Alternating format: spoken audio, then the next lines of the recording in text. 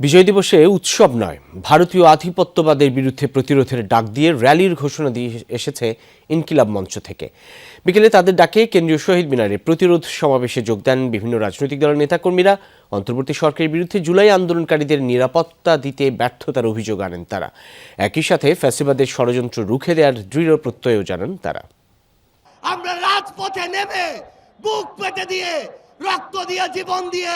ইনকিলাব মঞ্চের মুখপাত্র ও ঢাকা ৮ আসনের সম্ভাব্য প্রার্থী শরীফ ওসমান হাদিকে হত্যা চেষ্টার প্রতিবাদে শহীদ মিনারে সর্বদলীয় প্রতিরোধ সমাবেশ। বিকেল ৩টায় কেন্দ্রীয় শহীদ মিনারে উপস্থিত হন এনসিপি, জামায়াতে ইসলামী, গণ অধিকার পরিষদ, এবি পার্টি সহ জুলাই সপক্ষের রাজনৈতিক সাংস্কৃতিক সংগঠনের নেতারা। ভারত অর্থ দিয়ে, তাদেরকে অস্ত্র দিয়ে ওসমান হাদির উপর হামলা ভারতে আশ্রিত ফ্যাসিস্টদের কাজ উল্লেখ করে বক্তারা আবারও ডাক দেন জাতীয় ঐক্যের। হাদিকে হত্যা চেষ্টা বিচ্ছিন্ন ঘটনা এমন বক্তব্যের বিরোধিতা করে সিইসির পদত্যাগ দাবি করেন কেউ কেউ। হাসিনা, নিষিদ্ধ আওয়ামী লীগ, যুবলীগ, তাদের রাজনীতি করার অধিকার নেই, তারা সন্ত্রাসী গোষ্ঠী। যারা বাংলাদেশকে একটি করদ রাজ্য বানাতে চায়, এই বাংলাদেশ আর কখনোই ভারতের দাদাগিরি মানবে না। অন্তর্বর্তী সরকার, স্বরাষ্ট্র উপদেষ্টা, তারা এই খুনিদেরকে ধরার জন্য তারা উপযুক্ত লোক না।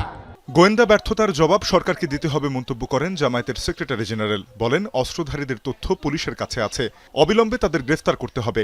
সদ্য সাবেক উপদেষ্টা মাহফুজ আলম বলেন, যারা ভারত ও ভিনদেশীদের স্বার্থ রক্ষা করবে তাদের নিরাপদে থাকতে দেয়া হবে না।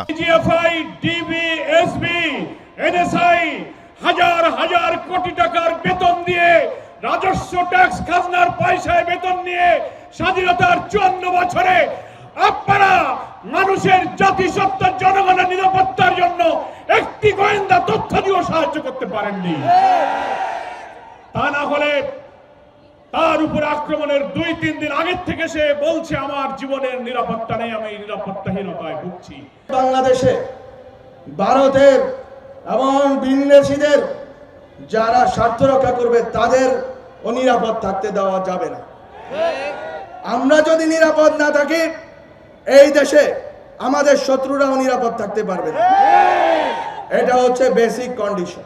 বাংলাদেশের সঙ্গে সম্মান ও মর্যাদার সম্পর্ক রাখতে ভারতের প্রতি আহ্বান জানান এনসিপি নেতারা। ১৬ ডিসেম্বর বিজয় দিবসে আধিপত্য বিরোধী র্যালির ডাক দেন দলটির আহ্বায়ক নাহিদ ইসলাম।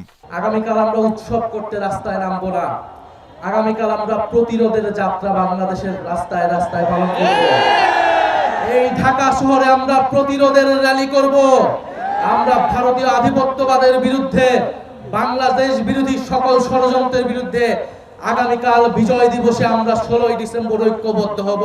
বাংলাদেশে গণহত্যার সাথে জড়িত প্রত্যেকটা খুনিকে বাংলাদেশের কাছে হস্তান্তর করতে হবে। ভারতের সাথে বন্ধুত্ব করে যদি ক্ষমতায় টিকে থাকা যেত, তাহলে শেখ হাসিনাকে পালিয়ে ভারতে আশ্রয় নিতে হতো না। ২৫ ডিসেম্বরের মধ্যে শেখ হাসিনা সহ হাদির হত্যা চেষ্টাকারীদের বাংলাদেশে পাঠাতে আলটিমেটাম দেন আমার দেশ পত্রিকার সম্পাদক মাহমুদুর রহমান। অন্যথায় ভারতের প্রতিটি প্রতিষ্ঠানের বিরুদ্ধে প্রতিরোধ ও বাংলাদেশে কর্মরত ভারতীয়দের ওয়ার্ক পারমিট বাতিলের হুঁশিয়ারিও দেন তিনি। আজ এই সর্বদলীয় প্রতিরোধ সমাবেশ থেকে তানজিম শাফিন, যমুনা নিউজ, ঢাকা।